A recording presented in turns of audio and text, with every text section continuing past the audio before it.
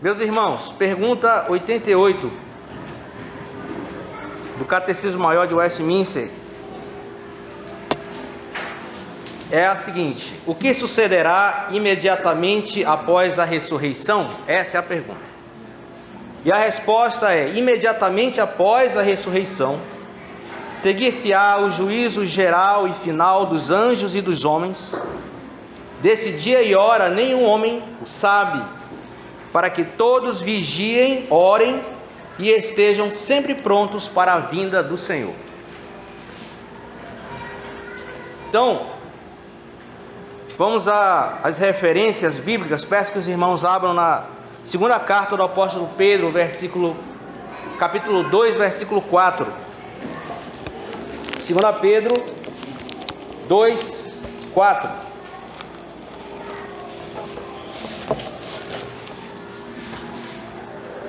Peço que um irmão ou uma irmã possam ler 2 Pedro 2, 4. Ora, se Deus não poupou anjos quando pecaram antes, precipitando-os no inferno, os entregou a abismo de trevas, reservando-os para juízo. Então nós vimos aí 2 Pedro 2, 4, que mostra que os anjos que caíram, os anjos que pecaram, estão guardados para juízo. Então, como na pergunta mostra aqui, imediatamente após a ressurreição, seguir-se-á o juízo geral e final dos anjos e dos homens. Então, esse versículo está mostrando que esses anjos que pecaram estão reservados para o juízo do dia final, o juízo final, certo? Judas, carta de Judas, verso 6. Peço que alguma irmã ou um irmão possam ler. Judas. E a anjos, os que não guardaram seu estado original, mas abandonaram seu próprio domicílio, ele tem guardado sob trevas, em algemas eternas, para o juízo do grande dia. Então é um versículo paralelo ao de Pedro, que mostra que os anjos estão reservados para juízo, certo? Judas 7, aproveitando, meu irmão, presbítero, Judas 7.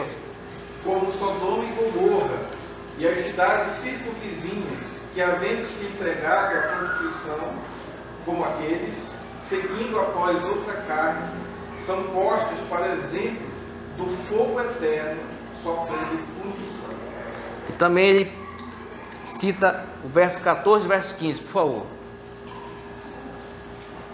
Quanto a estes foi que também profetizou Enoque, o sétimo depois de Abraão, dizendo: eis que veio o Senhor entre suas santas miríades, para exercer juízo contra todos, e para fazer convictos todos os ímpios acerca de todas as obras ímpias que impiamente praticaram, e acerca de todas as palavras insolentes que ímpios pecadores proferiram contra ele. Muito bem, então, tanto Judas, a epístola de Judas nessa passagem, quanto a de Pedro, ele está falando sobre acerca da advertência contra os falsos mestres, no caso de Pedro, e de Judas contra os ímpios. E está falando não dos de fora da igreja, mas está falando dos de dentro da igreja, alertando esse povo, na época deles e, consequentemente, na nossa, porque permanece essa situação de pessoas que negam ao Senhor pelas suas obras. Então ele está advertindo, está fazendo uma advertência a essas pessoas. E como o Senhor Deus prendeu, ou pelo menos reservou esses anjos para juízo, nós temos que ter essa mentalidade de que ele não poupou anjos, não poupará homens. Então a advertência que tanto Pedro, o apóstolo Pedro, quanto Judas faz para os seus leitores, né? Vamos a uma pergunta aqui de nosso irmão Gerardo Voss, que é o que faz o comentário. Ele pergunta o seguinte: quanto tempo depois da ressurreição dos mortos se dará o julgamento? É uma pergunta que ele faz. Quanto tempo depois da ressurreição dos mortos se dará o julgamento? E ele mesmo responde: imediatamente após a ressurreição. E ele volta a pergunta: mostre na Bíblia que a ressurreição e o juízo estão intimamente ligados, que este deve seguir imediatamente aquele. Ou seja, mostre na sua Bíblia, se alguém perguntasse de nós, mostre na sua Bíblia que logo depois da ressurreição dos mortos se seguirá o juízo, o julgamento. E aqui ele mostra, e peço aos irmãos que abram no Evangelho de João, capítulo 5, verso 27 a 29. João, capítulo 5, verso 27 a 29. E deu autoridade para julgar, porque é o Filho do Homem. Não vos maravilheis disto, porque vem a hora em que todos os que se acham nos túmulos ouvirão a sua voz e sairão. Os que tiverem feito o bem, para a ressurreição da vida, e os que tiverem praticado o mal, para a ressurreição do juízo.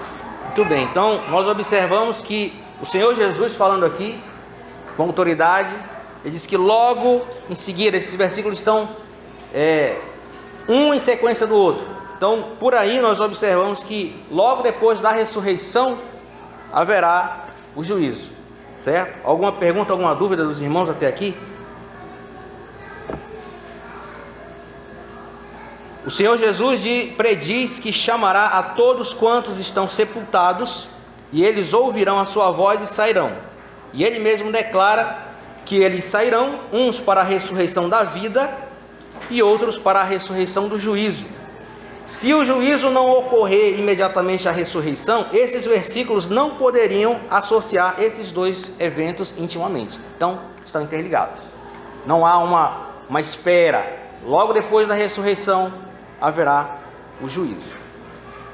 Outra pergunta do nosso irmão: qual é a interpretação da profecia que nega que o juízo dar-se-á imediatamente após a ressurreição? E ele diz que a interpretação pré-milenista afirma que a segunda vinda de Cristo, na segunda vinda de Cristo, os remidos ressurgirão dos mortos, e a isso se seguirá um período de 1000 anos, durante o qual Cristo governará o mundo, a partir de Jerusalém. Então, não combina. O que as Escrituras estão mostrando aqui é que logo depois da ressurreição haverá o juízo. Não há uma espera, uma ressurreição e depois uma espera de 1000 anos para depois uma nova ressurreição, um novo chamado, um novo juízo. Não. Não tem repescagem. Não tem segunda chance. O momento de arrependimento é agora, né? E nós vamos ver isso, que serve para nós. É para nós, para todas as épocas, né? Outra pergunta que o nosso irmão faz é: o que dizer do uso da expressão desse dia e hora ao tratar do dia do juízo? Eu vou voltar para a pergunta aqui para a gente poder entender melhor, irmãos. A pergunta é: o que sucederá imediatamente após a ressurreição? Imediatamente após a ressurreição, seguir-se ao juízo geral e final dos anjos e dos homens. Desse dia e hora nenhum homem o sabe. E aí ele faz a pergunta: o que quer dizer o uso da expressão desse dia e hora ao tratar do dia do juízo? Alguém pode responder? O que quer dizer o uso da expressão desse dia e hora?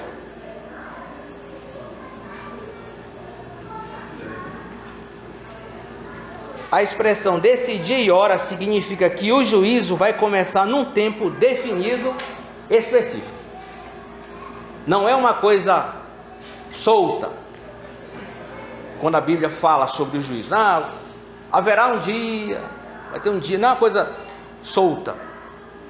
Tem um dia determinado e uma hora. Dia e hora. Parece, com os irmãos devem estar lembrados, com Gênesis. Na época do dilúvio de Noé, ele fala uma expressão interessante: nesse mesmo dia Noé entrou na arca, o Senhor Deus fechou a porta e aí começa o relato do dilúvio. Ou seja, tem um dia e uma hora determinados. Não é uma coisa solta, é um dia, será um dia, uma coisa. Não, é um dia e hora, está específico. O calendário divino está marcado e nós devemos nos preparar. Ele vai mostrar aqui, certo? Mais uma pergunta. Por que é impossível que alguém saiba antecipadamente o dia e a hora do julgamento? Por que é impossível que alguém saiba antecipadamente o dia e a hora do julgamento? Nós vimos aqui com nosso presbítero Júlio Bessa que muitos fizeram cálculos, aí determinaram, julho de 1914, né? Não deu, passou. Não, é junho de 1920, aí passou. Calculou, errou. Isso. Sempre tem, né? Sempre tem alguém procurando, mas por que é impossível alguém saber antecipadamente o dia e a hora do julgamento? E ele responde: é impossível porque Deus não revelou essa informação aos homens. A Bíblia não apenas não divulga esse dia e hora, como também é impossível calculá-los de qualquer maneira pelas profecias da Bíblia. Não revelou, não tem como. Aquilo que o Senhor nos revelou serve para nós e para nossos filhos para sempre. É isso que diz a Escritura, Deuteronômio 29, 29. Mas aquilo que Ele reservou para Ele, nós não sabemos, não tem como. Mas tem muitas seitas até hoje calculando, mostrando e enganando as pessoas. Eu peço que uma irmã ou um irmão abram em Mateus capítulo 24, verso 36. Mateus capítulo 24, verso 36. Mas a respeito daquele dia e hora, ninguém sabe, nem os anjos dos céus, nem o Filho, senão o Pai. Não revelou. E o Senhor Jesus Cristo, na sua humanidade, nos dias da sua carne, Ele disse: ninguém sabe. João Calvino, num comentário dele a respeito de Mateus, essa passagem que a irmã acabou de ler, ele diz: o Senhor Jesus na sua humanidade não sabia. Mas é uma inferência dele, né? Depois da glorificação dele, agora ele sabe. Isso é uma conclusão de Calvino, pelos estudos de Calvino. Uma conclusão humana, né? Humana, exatamente. Humana. É impossível separar, né, o Deus Filho do homem. Né? Exato. Ele sabia, né?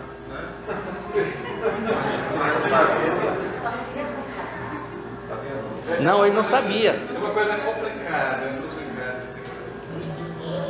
É complicado, É melhor a gente não quebrar a cabeça com isso. Não. Mas essa questão de ele sabia e não quis contar, não cabe, não. Ele não sabia mesmo. Senão ele teria falado. É a conclusão que a gente chega.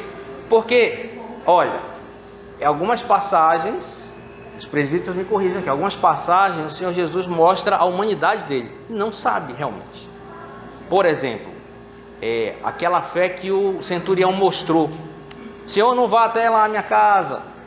Manda com uma palavra e meu servo será salvo. Não precisa nem ir lá. Eu não sou digno de que entre na minha casa. Aí o Senhor Jesus ele fica surpreso. Nem em Jerusalém ou nem em Israel vi uma fé como esta. Então tem coisas que ele realmente na sua humanidade, agora é complicado dizer, olha, aqui ele é a humanidade dele, aqui é a divindade. Não dá, você fica totalmente alheio. Isso que tem que ficar na Escritura, não dá para concluir humanamente, entendeu? Mas essa conclusão do Calvino, a gente pode dizer que ela está certa ou errada, não, né? Na conclusão dele, humana. Humana, né? Não tem um fundamento bíblico. Não tem, não dá para. Entendeu? Alguma pergunta dos irmãos? Pessoal, vocês podem discordar de Calvino, tá? Pois é, vocês podem discordar. Você não pode discordar da Bíblia, tá? Mas de Calvino pode discordar. Mas a palavra dele vai dizer assim: Jesus diz, eu vim fazer somente aquilo que vim fazer o Pai. Então ele estava limitado na sua humanidade, realmente, em alguns aspectos. Sim. Alguém mais? É porque eu fico às vezes na dúvida se você poderia responder. Porque nós estamos estudando hoje que Sim. E os vivos vão subir primeiro, certo? Então vai ser os ímpios e os salvos que vão subir juntos para poder ter o julgamento, tu está entendendo? Depois os mortos. Aí logo isso vai ter o julgamento, né? Isso, imediatamente. Aí, porque a minha dúvida é, os vivos vão ficar aqui na terra? Ou eles vão subir todo mundo junto e lá vai ter o julgamento? Tu está entendendo? Porque Entendi. vão subir as pessoas? Sim. Tem todos Jesus vai ressuscitar. Entenderam? Eu fico pensando às vezes, se o senhor puder me ajudar. Entenderam a pergunta da irmã? Todos entenderam? Eu não entendi muito não. Ela Qual é a dúvida dela? está perguntando se vai haver primeiro o arrebatamento, os crentes vão subir, os descrentes vão ficar. Essa é a pergunta. Não, Mas tudo junto, né? todos juntos. Eu entendi. Ele subiu, ele desceu. Eu vou. Pastor Milton. Irmão, é assim, por exemplo, quando ela falou do arrebatamento, ela fez uma pergunta, ela fez né? Depois do arrebatamento. É justamente aquilo que ele estava falando há pouco, nos rebatendo aquela ideia do premilenismo, né? Por isso que a igreja está pretendendo adota o amilenismo. Mas e o texto vai mostrar após a ressurreição, não após o arrebatamento. Após a ressurreição. Então, primeiro os vivos serão arrebatados no corpo.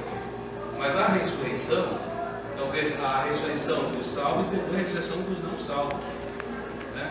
Então são duas coisas distintas. Após a ressurreição, o julgamento, e será destinado aqueles ímpios para o inferno, e os salvos serão destinados para o céu. Então essa é a. Então, na hora do arrebatamento, não é a ressurreição, não vai ter como Veja bem, depois aí sim, seremos arrebatados juntamente com o Senhor dos ares, né? Mas depois do julgamento. Porque nós somos livres, o João vai dizer que nós, o julgamento não nos condenará, porque já fomos livres em Cristo Jesus. Então, aí é só essa ressurreição, iremos para o Pai. Compreendeu, irmão? Não sei se fez ser claro. Eu peço que os irmãos abram em Apocalipse, capítulo 20. Aí nós temos presbíteros, pastor Milton aqui, se eu estiver enganado. Apocalipse, capítulo 20, verso 11. Nessa questão de todos subiremos juntos, todos serão ressuscitados, ímpios e crentes. E todos serão colocados diante do Senhor. Apocalipse capítulo 20, verso 11. Do verso 11 ao 15, o Senhor Deus está falando com os ímpios. Mas são todos ressuscitados já, todo mundo ressuscitou. E aqui, do verso 11 ao 15 diz assim: vi um grande trono branco e aquele que nele se assenta, de cuja presença fugiram a terra e o céu, e não se achou lugar para eles. Acabou a terra, não tem mais nada. Verso 12: vi também os mortos. Que mortos são esses? São os descrentes, os mortos espirituais. Vi também os mortos, os grandes e os pequenos, postos em pé diante do trono. Então se abriram livros, ainda outro livro, o livro da vida foi aberto, e os mortos foram julgados segundo as suas obras, conforme que se achava escrito nos livros. Deu o mar os mortos que neles estavam, a morte e o além entregaram os mortos que neles havia, e foram julgados um por um segundo as suas obras. Então a morte e o inferno foram lançados para dentro do lago de fogo. Esta é a segunda morte, o lago de fogo. E se alguém não foi achado inscrito no livro da vida, esse foi lançado para dentro do lago de fogo. No capítulo 21 em diante, a escritura começa a falar dos salvos. Vi novo céu, nova terra, verso 1 do capítulo 21. Vi novo céu e nova terra, pois o primeiro céu e a primeira terra passaram e o mar já não existe. Vi também a cidade santa, a nova Jerusalém, que descia do céu, da parte de Deus, ataviada como noiva, adornada para seu esposo. Então ouvi grande voz vinda do trono, dizendo: eis o tabernáculo de Deus com os homens. Deus habitará com eles, eles serão povos de Deus, e Deus mesmo será com eles. Está falando dos crentes. Mas antes ele está falando dos mortos espirituais, foram julgados. E logo em seguida, João passa a retratar os salvos. naquilo que o pastor Milton acabou de falar. Todos serão ressuscitados. Sim. 1 Tessalonicenses capítulo 4, versículos 13 em diante, a gente vai falar de isso também. Aqui é mais desenvolvido, né? Mostrando mais claramente a revelação. Lá ele fala do arrebatamento, da ressurreição. A situação dos mortos e a vinda do Senhor. Isso. Sem Cristo. Isso. Certo, irmão? Mas esse é o entendimento nosso segundo a Escritura, de acordo com a Escritura. Essa situação, esse pensamento pré-milenista, não, arrebata uns, ficam outros, isso não é Bíblia. Seria interessante ler a passagem de Tessalonicenses até para... Claro. 1 Tessalonicenses 4, de 13 até o versículo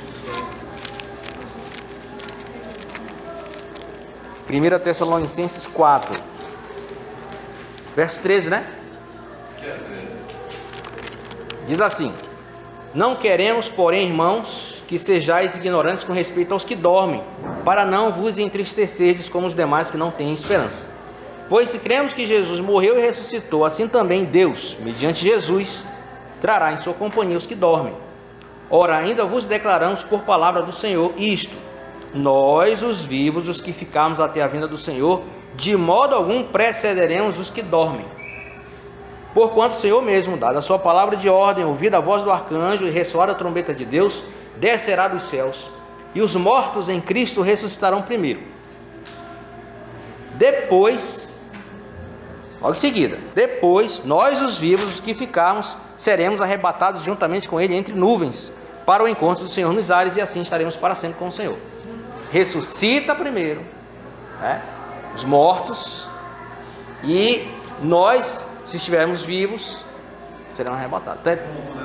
Todo mundo. A dúvida não é com relação, eu acho que a dúvida não é com relação aos mortos, nem com relação a nós, se estivermos vivos. É com relação aos que não são salvos e que estão vivos, o que aconteceu com eles. Entendeu? Entendi. É isso que tu quer saber? Os mortos a gente já sabe, a gente já viu no casal. Nós sabemos que vamos ser arrebatados. E os que não são salvos e que estão vivos, como é que vai ser? Os que não são salvos estão vivos. Jesus voltou agora, o marido não está salvo. Agora que eu entendi. Você quer saber? Serão Lançados no lago de fogo, como nós vimos. Daqui a pouco ele fala. Isso serão julgados. Isso. Cadê o fundamento? Salvo certo, não é. Acho que vai ter sido tudo tão rápido que a gente Irmão, eu estou entendendo o que a senhora está falando, porque às vezes a gente quer criar uma sequência daquilo que a gente quer imaginar. Imagina. Mas é como o Rafael falou, tudo será no piscar de olhos. Se a gente pegar como base Hebreus capítulo 9, versículo 27, fala o seguinte: e assim como aos homens está ordenado morrer de uma só vez, vindo depois disto o juízo. Então veja, quando uma pessoa morre, seja um crente ou seja um descrente, se a gente pegar como base esse versículo de Hebreus, ele já será julgado. O fato de que quando Cristo ele rasgar os céus e vir buscar a sua igreja, é como o texto de Tessalonicenses falou: os salvos, nós seremos assuntos aos céus e encontraremos com Cristo nos céus. E é só uma questão de formalização. Aqueles que negaram o Filho e se manteram rebeldes, eles já serão julgados. É como se fosse, é só juízo. Então eles serão destinados para o inferno. Nós não sabemos onde será esse lugar, mas o fato é que a Bíblia fala de um novo céu e uma nova terra. Essa terra, ela será restaurada, onde os salvos viverão nela. Entendeu? Então assim, o fato é que a senhora deve olhar para essas coisas que a Bíblia diz. Ela nos revela, como está sendo ensinado aqui pelo irmão Inés. E nós a gente criar na nossa mente uma sequência ou imaginarmos algo que até mesmo a Escritura não nos revela. Mas uma coisa a senhora tem que ter certo no coração, é que quando Cristo ele surgir, se nós estivermos vivos, nós vamos encontrar com Ele. E é tudo assim, ó, rápido, no piscar de olhos. Vai ter aquela, a gente imagina, né? Um grande tribunal. Irmão, antes da cá, ó, miserável, tal, né? A gente fica imaginando isso. Porque as escrituras nos falam dessa forma. Mas isso é num piscar de olho. E nesse tribunal nós já fomos absorvidos em Cristo. Exatamente. Os demais serão apenas a sentença. Isso, exato. É só para cumprir a pena. Né? Aí o doutor vai falar. A sentença já está pronta. Só falta chegar um justiça para. O doutor vai falar. Imagina, irmão, ele vai olhar para um de nós e vai dizer assim, ele vai para o inferno, né? Pô, peraí, mas Cristo, é como o pastor falou, a nossa sentença ela já foi julgada em Cristo. E aqueles que não estiverem em Cristo, esses sim já estão perdidos. Então Cristo vai dizer, a própria Bíblia fala que Jesus é o nosso advogado, ele está à destra de Deus, ele é o nosso advogado. Então ele vai olhar, o diabo vai falar coisas cabeludas a meu respeito, ele vai dizer, ó, peraí, se for só por nada essa noite eu estava frio. Mas peraí, Jesus Cristo perdoou os seus pecados. Sabe bem? Mas Jesus não vai separar o lado esquerdo. Sim. Aqueles que estão em Cristo perdoados estarão à sua direita. Porque na minha imaginação eu achava que Cristo ficava desse lado esquerdo. Ele não vai ser, porque a Bíblia fala isso, não vai Tem separar Mateus os 24 que fala sobre isso. Eles estão usando uma espécie de metáfora ali. Entre os salvos e os ímpios, fazendo esses dois grupos. Não é uma questão assim, vamos dizer, material. Está falando metaforicamente desses dois grupos, os salvos e os não salvos. A direita seria o lugar de honra, é metáfora, lugar de honra. E a esquerda seria da desonra. Metáfora. Hã? Isso, metáfora também. Mas o que o irmão Anderson já acabou de falar, já nenhuma condenação há para os que estão em Cristo Jesus, né? Segundo Romanos 8:1. Diga. Às vezes a gente passa anos da nossa vida vendo essas coisas, né? Assistindo filme, Deixando para trás. Aí a gente fica com isso na cabeça. Sim. Quando a gente vai para as escrituras, a gente quer ver, a gente vê no filme, mas Hollywood atrapalha muito. Né? Com certeza. A irmã Dagmar, desconstruir essa imagem. vou já fazer só a resposta. Só fazer uma pergunta. Lembra? Ah, sim, a base bíblica. A irmã Dagmar ela fez assim: onde está a base bíblica para isso? Que os ímpios, aí ela citou até o Presidente Barreto, o ímpio, foi ela. Eles serão julgados. Mas onde estava? Eu vou usar aqui, irmãos, em Mateus, capítulo 24. Se eu estiver enganado, Mateus, capítulo 24, verso 45. Ela disse assim: onde está a base bíblica para que nós digamos assim, não, os ímpios vivos, né, vão ser julgados? Mateus 24, 45. Quem é, pois, o servo fiel e prudente, a quem o Senhor confiou os seus conservos, para dar-lhes o sustento a seu tempo? Bem-aventurado aquele servo a quem seu Senhor, quando vier, achar fazendo assim. Em verdade vos digo que lhe confiará todos os seus bens. Mas se aquele servo, sendo mau, disser consigo mesmo: meu senhor demora-se, e passar a espancar os seus companheiros e comer e beber com ébrios, virá o senhor daquele servo em dia em que não o espera e em hora que não sabe, e castigá-lo-á, lançando-lhe a sorte com os hipócritas. Ali haverá choro e ranger de dentes. Falando dos ímpios vivos. Diga, meu irmão. Só reforçando o contexto que a gente leu, quando o Senhor Jesus está dando o sermão profético, falando da destruição do templo, o princípio das dores, a grande tribulação termina com essa parábola, fala da vida do homem. Então é o contexto de nova, do que haverá de acontecer. E só reforçando Tessalonicenses, que a gente leu agora, 4:17. Sim. O 16, ele afirma que, porquanto o Senhor mesmo, dada a sua palavra de ordem, ouvida a voz do arcanjo, e ressoar a trombeta de Deus, ele mesmo descerá dos céus, e os mortos em Cristo, em que está em Cristo, e serão todos os outros, são são os mortos em Cristo que ressuscitarão primeiro. Ou seja, quem ainda não está em Cristo hoje, que se converta e vá. E se morreu não estando no Senhor, é tristeza. A palavra não dá outra opção. Não tem repescagem como a pessoa.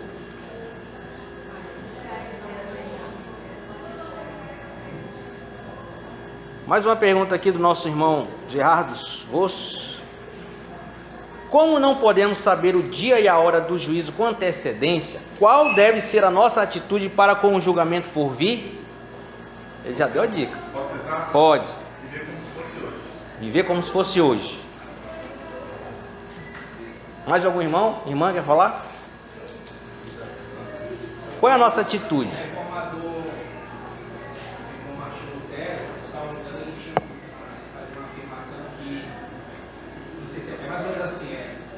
Devemos viver isso que o irmão falou, né? Acho que é o agora pensando na eternidade. Viver a vida terrena, a peregrinação, mas pensando na cidade celestial. Algo assim, que acho que encaixa nesse contexto de aguardarmos a vida do Senhor, de nos encontrarmos com Ele, de nós somos peregrinos.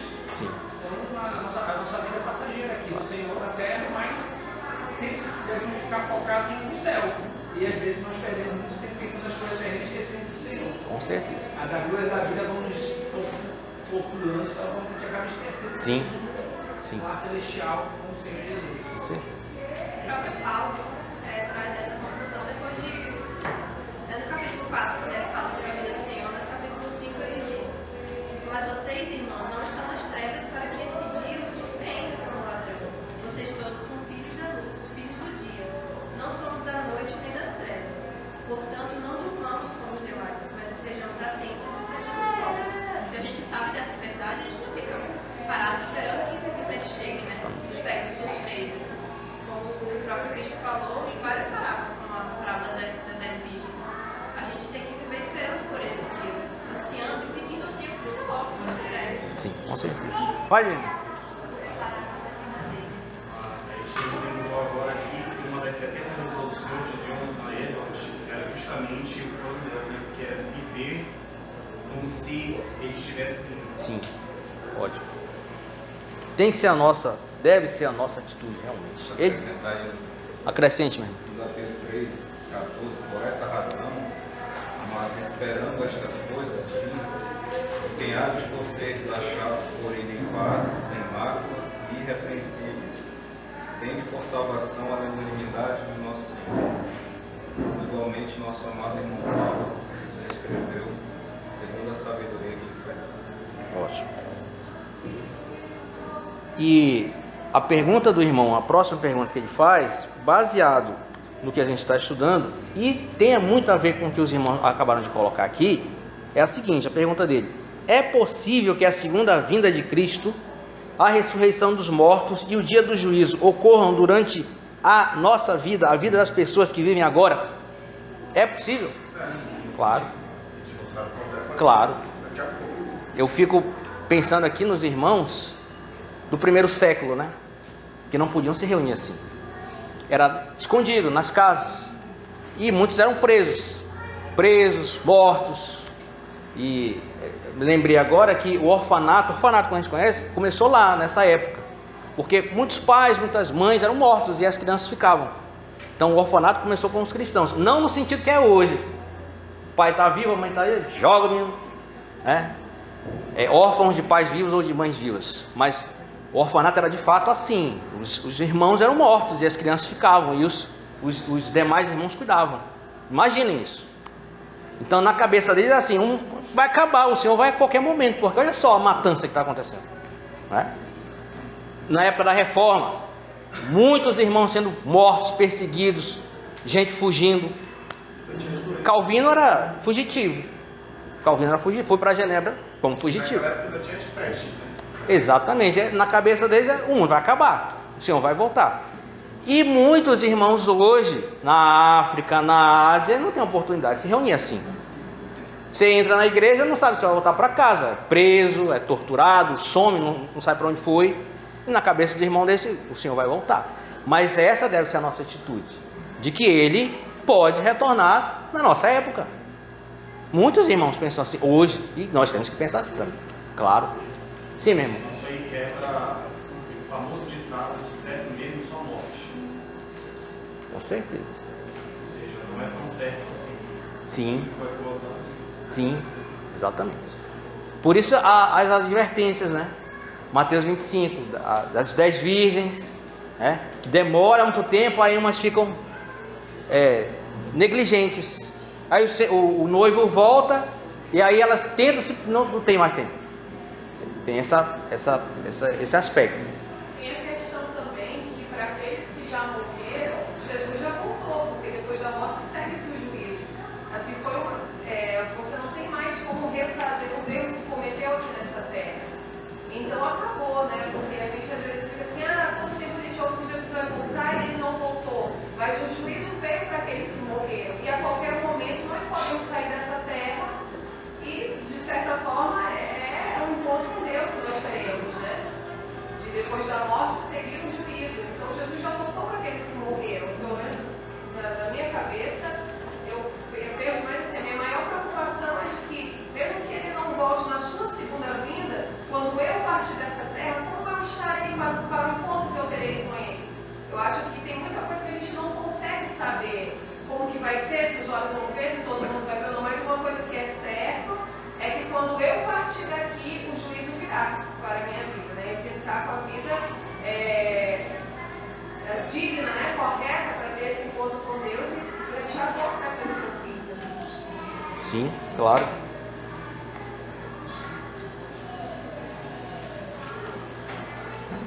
Mais uma pergunta do nosso irmão. Que tipo de erro deve ser evitado ao se estudar a doutrina da segunda vinda de Cristo e seus ensinamentos correlatos? Que tipo de erro deve ser evitado?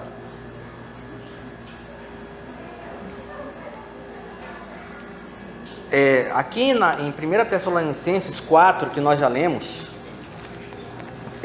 essa advertência para esses irmãos da cidade de Tessalônica é um desses erros. Aqui, nosso irmão Gerardo, ele coloca esses extremos.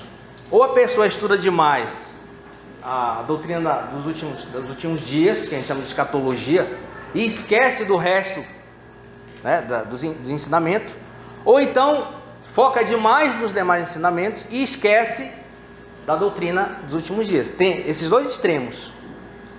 E aqui em 1 Tessalonicenses, o apóstolo Paulo, eu não vou reler, mas o apóstolo Paulo está advertindo esses irmãos, porque eles estavam assim: se o Senhor Jesus vier, então a gente vai fazer mais nada. Esse era o pensamento. E o alerta do apóstolo Paulo é: olha, vocês estão falando dos outros, estão se metendo na vida alheia. É isso mesmo que o apóstolo Paulo fala aqui no capítulo 4 de Tessalonicenses, 1 Tessalonicenses, porque eles esqueceram, eles se focaram tanto na doutrina dos últimos dias, na volta do Senhor, que esqueceram de trabalhar, não queriam mais trabalhar. É isso que diz aqui, é isso, pastor, se eu estiver enganado. Então tem isso hoje, até hoje, tem esse erro que o Gerardos fala aqui até hoje. Na verdade, nós temos que estudar a doutrina cristã de uma forma total, completa, que nós devemos viver a nossa vida nos arrependendo dos nossos pecados, em comunhão com os irmãos, lendo a Escritura, orando e não esquecer que nós seremos julgados e que pode acontecer na nossa época. Esse é o alerta dele aqui nessa pergunta.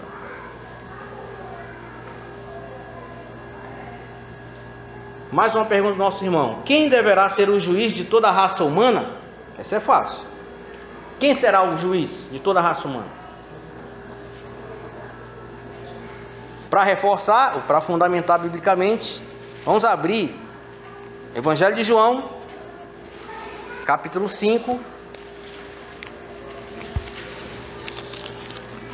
Nós já lemos, mas vamos reforçar. João 5,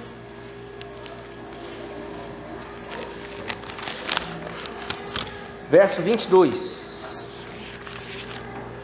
Alguém lê? Algum irmão ou irmã? João 5, 22. E o Pai a ninguém julga, mas ao Filho confiou todo o julgamento. Verso 27, pastor, por favor. Também. e lhe deu autoridade para julgar, porque é o Filho do Homem.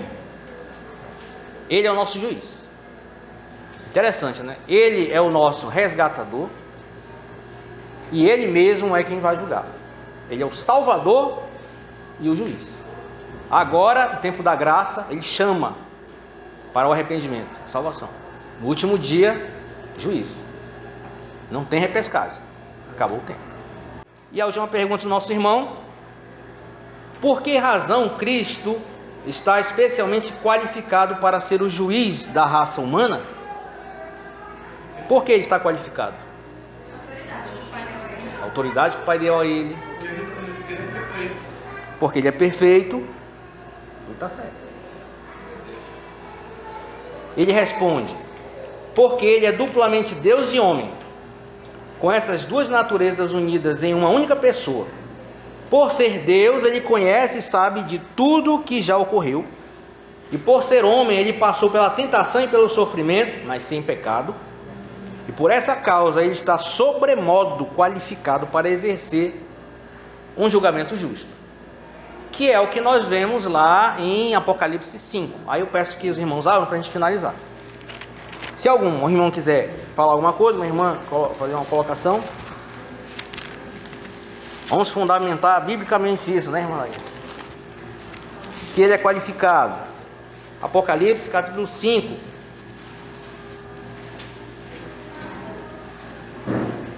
Verso 1. Vi na mão direita daquele que estava sentado no trono um livro escrito por dentro e por fora, de todo selado com 7 selos. Vi também um anjo forte que proclamava em grande voz: quem é digno de abrir o livro e de lhe desatar os selos? Ora, nem no céu, nem sobre a terra, nem debaixo da terra, ninguém podia abrir o livro, nem mesmo olhar para ele. E eu chorava muito, porque ninguém foi achado digno de abrir o livro, nem mesmo de olhar para ele. Todavia, um dos anciãos me disse: não chores. Eis que o leão da tribo de Judá, a raiz de Davi, venceu para abrir o livro e os seus 7 selos. Verso 6. Então vi no meio do trono e dos 4 seres viventes, e entre os anciãos de pé, um cordeiro, como tendo sido morto. Ele tinha 7 chifres, bem como 7 olhos, que são os 7 Espíritos de Deus, enviados por toda a terra. Veio, pois, e tomou o livro da mão direita daquele que estava sentado no trono. E quando tomou o livro, os 4 seres viventes e os 24 anciãos prostraram-se diante do cordeiro, tendo cada um deles uma harpa e taças de ouro cheias de incenso, que são as orações dos santos. E aí continua. Tá sobremodo qualificado, é ele. Ele é o único, não tem outro. Alguém quer fazer alguma colocação? Pode falar, professor. A teologia pactual, a teologia reformada, ela, especialmente com o Gerhard Fuchs e outros teólogos também, eles destacam vários aspectos na sequência da revelação de Deus, que são importantes para que a gente tenha na mente, e também que esses aspectos gerem no nosso coração temor, obediência e santidade. O que é? Esses 4 aspectos. Primeiro é a criação de Deus.